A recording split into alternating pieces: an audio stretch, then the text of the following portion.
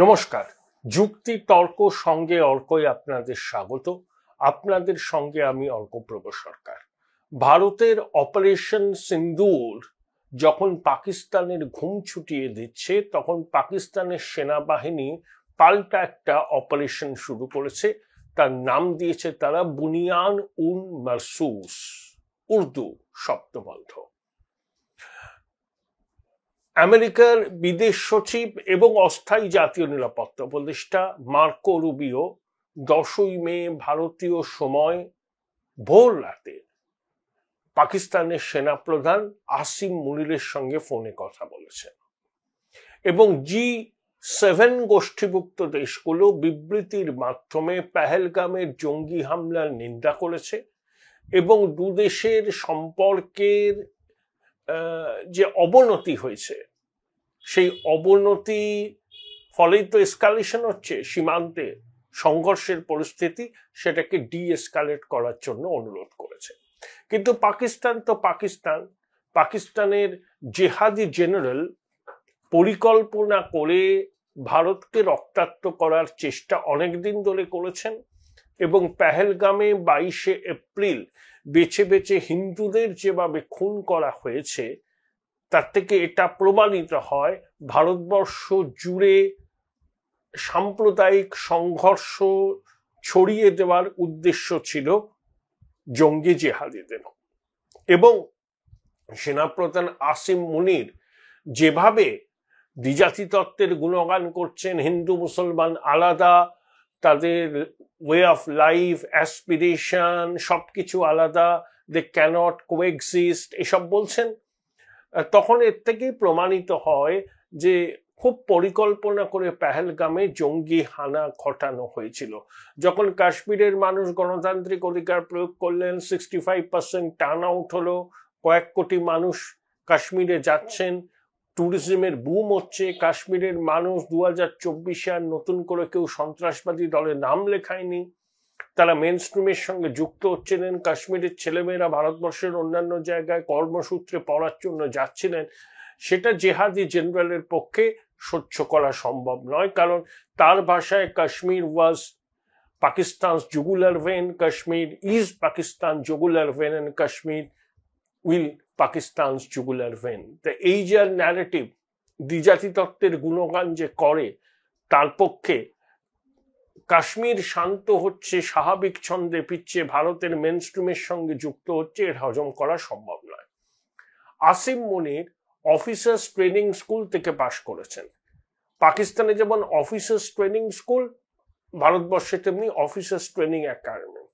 পাকিস্তানের prestigious military academy থেকে কিন্তু আসিম মুনির পাস আউট করেননি, তিনি অপেক্ষাকৃত নন এলিট অফিসার্স ট্রেনিং স্কুল থেকে পাস আউট করেছেন। এবং এগুলো হচ্ছে শর্ট সার্ভিস কমিশন, এখানে কিছুদিন সেনাবাহিনীতে কাজ করে সেখান থেকে যারা পাস আউট করেন তারা সিভিলিয়ান হিসাবে পাকিস্তান প্রশাসনে যুক্ত হন। কিন্তু আসিম মুনির বোধহয় একমাত্র ব্যক্তি যিনি শর্ট সার্ভিস কমিশনের সদস্য হওয়া সত্ত্বেও শেষ পর্যন্ত আইএসআই চিফ এবং পাকিস্তানের সেনাপ্রধান হয়েছেন। এবার আসি, পাকিস্তান তো হুঙ্কার ছাড়ছে, বদলা নেওয়ার কথা বলছে, তারা সন্ত্রাসের ভিকটিম কার্ড খেলছে, কিন্তু পাকিস্তানের বালুচিস্তান স্বাধীনতা ঘোষণা করে দিয়েছে। কবে করেছে? 9ই মে কোয়েটা শহরে অনেক সরকারি দপ্তরে পাকিস্তানের জাতীয় পতাকা নামিয়ে স্বাধীন বালুচিস্তানের পতাকা তোলা হয়েছে এবং বালুচ নেতারা বলছেন এবার তারা রাষ্ট্রপুঞ্জের দ্বারস্থ হবেন স্বাধীন বালুচিস্তানের স্বীকৃতির জন্য। এবং তারা অনেকে বলছেন যে ভারতবর্ষের উচিত নয়াদিল্লিতে স্বাধীন বালুচিস্তানের এম্বাসি তৈরিতে সাহায্য করা, শুধু নয়াদিল্লি নয়, ওয়াশিংটন, লন্ডন সব জায়গাতেই স্বাধীন বালুচিস্তানের এম্বাসি যেন তৈরি হয়, তার জন্য বিশ্ব জনমত গঠন করা। এবং বালুচ লিবারেশন আর্মি সরাসরি জানিয়ে দিয়েছে যে পাকিস্তানের অকুপেশন আর্মিকে বালুচিস্তান থেকে সরতে হবে, চায়না পাকিস্তান ইকোনমিক করিডোরের কাজ বন্ধ করতে হবে এবং চীনা সরকারকে বালুচ লিবারেশন আর্মি জানিয়ে দিয়েছে যে চীনা নাগরিক যারা চায়না পাকিস্তান ইকোনমিক করিডোরের কাজের সঙ্গে যুক্ত তাদের নিরাপত্তা তারা সুনিশ্চিত করতে পারবে না। চীনকে অবিলম্বে বালুচিস্তান থেকে সরে যাওয়ার হুঁশিয়ারি দিয়েছেন বালুচ লিবারেশন আর্মি। তার মধ্যে 11ই মার্চ জাফর এক্সপ্রেস সেই ট্রেনটিকে 36 ঘন্টা আটকে রাখা হয়েছিল, যাত্রীদের পণবন্দি করেছিল। শেষ পর্যন্ত পাক সেনা স্পেশাল কমান্ডো ফোর্স অবরোধ মুক্ত করে। 30 জন বিএলএ জঙ্গি পাক সেনার আক্রমণে নিহত হন। পণবন্দীদের মধ্যে প্রায় 25 জন নিহত হন, তাদের মধ্যে অনেক পাক সেনার সদস্য ছিলেন। ওই সময় পবিত্র রমজান মাস চলছিল, সামনে ঈদ ছিল। সেনারা বিভিন্ন আউটপোস্ট থেকে যারা ডিউটি করেন তারা ছুটি নিয়ে বাড়ি ফিরছিলেন, তার মধ্যে এই ঘটনা হয়। তারপরে বালুচ লিবারেশন আর্মির আত্মঘাতী মজিদ ব্রিগেড করাচি শহরে চীনা ন্যাশনালদের উপর হামলা চালায়। পাকিস্তান সেনাবাহিনীর কনভয়ে হামলা হচ্ছে। কোয়েটা করাচি সড়ক অবরোধ করা হয়েছিল। পাকিস্তানের কার্যত কোনো কন্ট্রোল নেই ওখানে। বালুচিস্তানের ইতিহাস তো আজকের নয়। 47 সালে ভারত এবং পাকিস্তান যখন স্বাধীন হলো, ঠিক 15ই আগস্ট বালুচিস্তান স্বাধীনতা ঘোষণা করে। 4টে প্রিন্সলি স্টেট ছিল, তার মধ্যে মাকারান, লাসবেলা, কালাট, কারান ইত্যাদি। জিন্না ইনিশিয়ালি বালুচিস্তানের স্বাধীনতার দাবিতে সমর্থন করে, কিন্তু ব্রিটিশরা মনে করে যে বালুচিস্তান যদি স্বাধীন হয় তাহলে রাশিয়ার প্রভাব তাতে বাড়বে। রাশিয়ার প্রভাব যদি এই অঞ্চলে বাড়ে তাহলে ভারতীয় উপমহাদেশে ব্রিটেনের প্রভাব নষ্ট হতে পারে। সেই জন্য তারা জিন্নাকে কনভিন্স করেন যে যে কোনো মূল্যে বালুচিস্তানকে পাকিস্তানের অন্তর্ভুক্ত করার জন্য। যেমন বলা তেমন কাজ। জিন্না ব্রিটিশদের অনুরোধে বিশ্বাসঘাতকতা করেন খান অফ কালাটের সঙ্গে। মাকারান, লাসবেলা, কারান এগুলো যুক্ত হয়ে যায় পাকিস্তানের সঙ্গে, তাহলে ল্যান্ডলকড হয়ে যায় কালাট। তখন তারা বাধ্য হয় পাকিস্তানের সঙ্গে মিশে যেতে, উপায়ন্তর ছিল না। কিন্তু তাতে কি বালুচদের স্বাধীনতার আকাঙ্ক্ষাকে দমন করা সম্ভব হয়েছে? হয়নি। 1954 সালে 1 ইউনিট প্ল্যান করে পাকিস্তান, অর্থাৎ বালুচিস্তান পশ্চিম পাকিস্তানের অন্তর্ভুক্ত হলো, সবটাই 1 ইউনিট। বালুচরা প্রতিবাদ জানায়, বলে তাদের স্বতন্ত্র অস্তিত্ব এবং অটোনমিকে স্বীকার করতেই হবে, কারণ তখন থেকেই মিনারেল রিচ বালুচিস্তান। কি পাওয়া যায় না? কপার, গোল্ড, কয়লা, লোহা, অন্যান্য রেয়ার আর্থ মেটেরিয়াল। পাকিস্তানের ল্যান্ড মাসের 44% বালুচিস্তান, আর আফগানিস্তান ইরানের সঙ্গে 2600 কিলোমিটার দীর্ঘ সীমান্ত। কিন্তু বালুচদের কি অভিযোগ? যে তাদের যে প্রাকৃতিক সম্পদ সেটাকে নির্বিচারে লুণ্ঠন করছে পাকিস্তানের সরকার এবং পাক সেনাবাহিনী, পাকিস্তান সরকারের অভিজাততন্ত্র, বিশেষ করে পাঞ্জাবিরা। সেই সম্পদ লুট করে পাকিস্তানের এলিট সম্প্রদায় ভোগ বিলাসে মত্ত হচ্ছে, বালুচিস্তানের মানুষ অ্যালিয়েনেট হচ্ছে এবং তাদের সম্পদের উপর তাদের কোনো অধিকার নেই। সেই 1 ইউনিট প্ল্যান থেকে যার যে বিদ্রোহের শুরু। 63 সালে আবার বিদ্রোহ হয়। পাক সেনা সেই বিদ্রোহ দমন করে।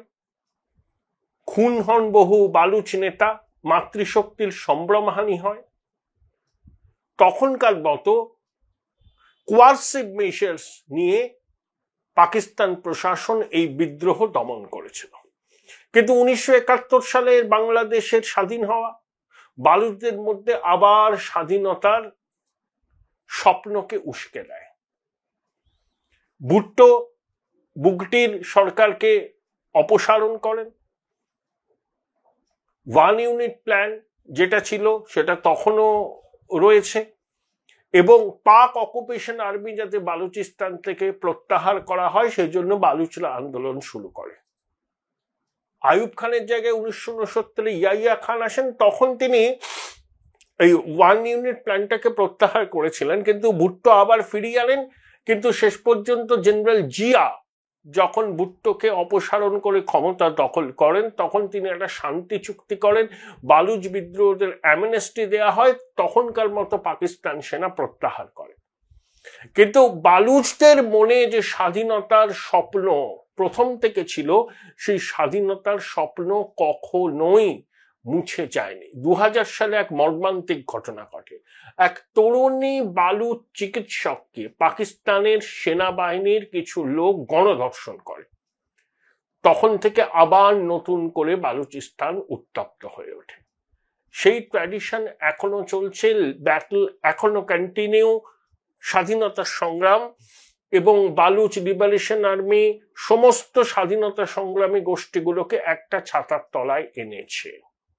বালুচদের মূল অভিযোগ হচ্ছে পাকিস্তানে তারা দ্বিতীয় শ্রেণীর নাগরিকের মর্যাদা পান, বালুচিস্তানে প্রাকৃতিক সম্পদকে নির্বিচারে শোষণ করে পাঞ্জাবি অভিজাততন্ত্রের ব্যবহারের জন্য কাজে লাগানো হয়।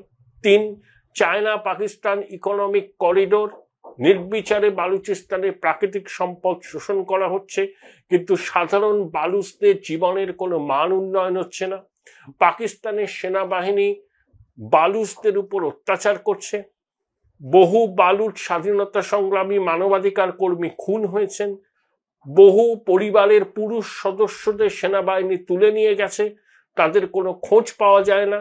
তাদের পরিবারের মাতৃশক্তি এখনো জানে না তারা বেঁচে আছেন নাকি তারা মারা গেছেন। সেই জন্য বালুচের পরিবারের মহিলাদের, যারা জানেনই না তাদের স্বামী, কারোর বাবা, কারোর ভাই কি হয়েছে, তাদের কি ভবিষ্যৎ, কিচ্ছু জানেন না, তাদের অনেককে বলা হয় হাফ ইডো। তারা কিন্তু পথে নেমেছে। এমনিতে কিন্তু কনজারভেটিভ সোসাইটি, কিন্তু তা সত্ত্বেও তারা পথে নেমেছেন। এবং বালুচরা কিন্তু ওয়েল আর্মড, ওয়েল ইকুইপড। পাকিস্তানের সেনাপ্রধান যতই বালুচ বিদ্রোহীদের ফুৎকারে উড়িয়ে দিক, বালুচিস্তানের বেরিয়ে যাওয়া তারা কিন্তু আটকাতে পারবে না। ইতিমধ্যেই তো কোয়েটা শহর বালুচের দখলেই চলে গেছে। সেখানে পাকিস্তানের সেনাবাহিনী আছে, কিন্তু তারা প্রতিনিয়ত ভয় ভয়ে থাকে। আবার ভারতের সঙ্গে সংঘাতের আবহে ওখান থেকে সেনা প্রত্যাহার করে নেওয়া হয়েছে। তাই বালুচ বিদ্রোহীরা এখন অনেকটা জায়গা দখল কায়েম করেছেন। তাহলে পাকিস্তানে ঘরে বাইরে বিপদ। মুঘল সাম্রাজ্যের পতন কি করে হয়েছিল? অভ্যন্তরীণ এবং বহিরাগত। আসিম মুনির শাহবাজ শরীফের এই পাকিস্তানেরও পতন হবে অভ্যন্তরীণ কারণেই মূলত। তার কারণ কখনো বালুচিস্তান, কখনো খাইবার পাখতুনওয়া। তাহলে আজ না হয় কাল পাকিস্তান থেকে বেরিয়ে এসে স্বাধীনতা ঘোষণা করবে। দেখুন, ইরান থেকে তেল আমদানিতে নিষেধাজ্ঞা আছে। পাকিস্তান কি করে? বালুচিস্তান এবং ইরানের মধ্যে বর্ডার আছে। পাকিস্তানের অয়েল ট্যাঙ্কার গুলো সেই বর্ডারে যায়, ইরানের অয়েল ট্যাঙ্কার গুলো সেই বর্ডারে আসে। তারপর দুটো ট্যাঙ্কারের মধ্যে পাইপ বিছিয়ে তেল করা হয়, মানে নেওয়া হয় পাকিস্তানের ট্যাঙ্কারে। এবং ইরান যেহেতু তারা নিষেধাজ্ঞার মুখে আছে, ব্যারেল প্রতি $50 কম মূল্যে পাকিস্তানকে তেল দেয়।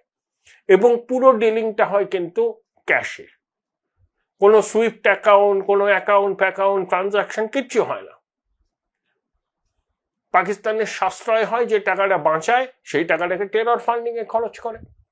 এই যে ইরানের বিদেশ মন্ত্রী 2-1 দিন আগে ভারতে আসলেন, কথা বললেন জয়শঙ্করের সঙ্গে। ইরান ভারতের দীর্ঘদিনের সুসম্পর্ক আছে। Join Indian Institute of Hotel Management now. Right choice, right decision. আবার সৌদির বিদেশ দপ্তরের রাষ্ট্রমন্ত্রী সরকারি সফর নয়, হঠাৎ করে দিল্লিতে এসে জয়শঙ্করের সঙ্গে বৈঠক করলেন। সৌদির সঙ্গে ভারতের সম্পর্ক অত্যন্ত ঘনিষ্ঠ। সৌদি যুবরাজ MBS এবং প্রধানমন্ত্রী নরেন্দ্র মোদীর সখ্য সর্বজন বিদিত। সৌদি বিনিয়োগ করছে ভারতে, ভারতের মেধা সম্পদ তাদের দরকার। এখন ভারত ইরানকে প্রপোজাল দিয়েছে যে চাবাহার বন্দর যেহেতু ভারতই পরিচালনা করে, সেই চাবাহার বন্দরের সূত্রে ভারত ইরান থেকে তেল নেবে, একদম আনুষ্ঠানিকভাবে নেবে এবং প্রয়োজনে বেশি দাম নেবে। অর্থাৎ যে ব্যারেল প্রতি $50 কম মূল্যে ইরান বাধ্য হয় পাকিস্তানকে বেআইনিভাবে তেল বেচতে, সেটা বন্ধ হবে। ভারতের সঙ্গে চাবাহার বন্দরকে ব্যবহার করে ইরান তেল বেচবে। সেটাই সম্ভবত কারণ ইরানের বিদেশমন্ত্রীর এই ভারত সফরের পিছনে। কিন্তু এই হচ্ছে বালুচিস্তানের পরিস্থিতি। বালুচিস্তান অগ্নিগর্ভ। তারা পাকিস্তানের সেনাবাহিনীকে বলে অকুপেশনাল আর্মি। পাকিস্তান সেনাবাহিনী নিরীহ বালুচদের অত্যাচার করছে, মাতৃশক্তিকে লাঞ্ছনা করছে, গুম করছে, খুন করছে এবং বালুচরাও এখন একজোট হয়েছে যে কোনো মূল্যে পাকিস্তান সেনাবাহিনীকে বালুচিস্তান থেকে হটাতে হবে। এবং তারা তো স্বাধীনতা ঘোষণা করে দিয়েছে। এবং এই যে পূর্ব তিমুর হয়েছিল না, ইন্দোনেশিয়া থেকে বেড়ে তিমুর লেস্তে 2000 সালের গোড়ায়, এই উপমহাদেশে আর একটা নতুন রাষ্ট্রের জন্ম হতে চলেছে, তার নাম বালুচিস্তান। সবার আগে স্বীকৃতি দেবে ভারত এবং রাষ্ট্রপুঞ্জ যাতে স্বাধীন বালুচিস্তানকে স্বীকৃতি দেয় তার জন্য ভারত দরবার করবে। এবং পাকিস্তান ন্যাশনাল অ্যাসেম্বলির অনেক নেতা, ফজলুর রহমানের মতো নেতা, তারা তো বলছেন যে বালুচিস্তানের যা পরিস্থিতি, ইসলামাবাদ বালুচিস্তানকে আর পাকিস্তানের মধ্যে রাখতে পারবে না। এরকমই পরিস্থিতি, যে কোনো দিন স্বাধীনতা ঘোষণা করবে। ফজলুর রহমানের ভবিষ্যৎবাণী তো অক্ষরে অক্ষরে মিলে যাচ্ছে। তিনি তো মাস 3 আগে এই ঘোষণা করেছিলেন সংসদে দাঁড়িয়ে। ভারত পাকিস্তান চলতি সংঘাতের আবহে বালুচিস্তান কিন্তু এক প্রকার স্বাধীনতাই ঘোষণা করে দিয়েছে। পাকিস্তানের সংবাদ মাধ্যমে এই খবরটা আছে, কিন্তু আন্তর্জাতিক সংবাদ মাধ্যম খবরটা করেছে, ভারতীয় সংবাদ মাধ্যমে খবরটা করেছে। আসলে পাকিস্তানের সেনাবাহিনী এবং পলিটিক্যাল পার্টি বেশিরভাগটা হচ্ছে পাঞ্জাবি অভিজাত তন্ত্র দ্বারা নিয়ন্ত্রিত। তারাই শেষ কথা বলে। এটা নিয়ে খাইবার পাখতুনখোয়ায় পাঞ্জাবি ডমিনেন্সের বিরুদ্ধে বিক্ষোভ আছে, বালুচিস্তানে আছে, সিন্ধে আছে। এমন দিন না আসে পাকিস্তান বলতে আমরা শুধু পাঞ্জাব প্রভিন্সকেই বুঝবো, যে দেশটা জন্মলগ্ন থেকে মত ইটেন, যে দেশটার একমাত্র লক্ষ্য হলো ভারতকে রক্তাক্ত করা, 1000 বছর লড়াই করা, ভারতকে 1000 টুকরে বিভক্ত করা, প্রক্সি ওয়ার চালিয়ে যাওয়া, যে দেশের মিলিটারি নিজেকে ভাবে সর্বশক্তিমান, সেই পাকিস্তানের মিলিটারি কোনো যুদ্ধে জেতেনি এখনো পর্যন্ত। 4 লড়াই করেছে এখনো পর্যন্ত ভারতের সঙ্গে, প্রত্যেকটাতে হেরেছে। তাও কিন্তু তারা শুধরোয়নি এবং শুধরোবেও না। তাদের ন্যাশনাল ডক্ট্রিনের মধ্যেই এটা আছে যে ভারতের সঙ্গে ছায়াযুদ্ধ চালিয়ে যাও, হিন্দুস্তানকে আক্রমণ করো। আর অত্যন্ত র্যাডিক্যালাইজড পাকিস্তানের আর্মি। আমাদের আর্মি যেমন সেকুলার, পাকিস্তানের আর্মি র্যাডিক্যালাইজড। র্যাডিক্যালাইজড আর্মি আর জিহাদি জেনারেল যিনি সেনাপ্রধান, তার পরিণতি কি হতে পারে পাকিস্তানের সাধারণ মানুষ বুঝছে। এটাই তো হওয়ার ছিল। তাই বালুচিস্তানের স্বাধীনতা ঘোষণা নতুন কোনো ঘটনা নয়, এটা হওয়ারই ছিল। সিদ্ধান্তটা আগেই নেওয়া হয়েছিল, তারিখটা ঠিক হয়নি। তাই 9 মে আনুষ্ঠানিকভাবে, হতে পারে প্রতীকী, বালুচিস্তান স্বাধীনতা ঘোষণা করলো। তারা এখন একটি স্বতন্ত্র দেশ। তারা রাষ্ট্রপুঞ্জের স্বীকৃতির জন্য দাবি জানাবে। ভারত সরকার সেই দাবিকে নিশ্চয়ই সমর্থন করবে।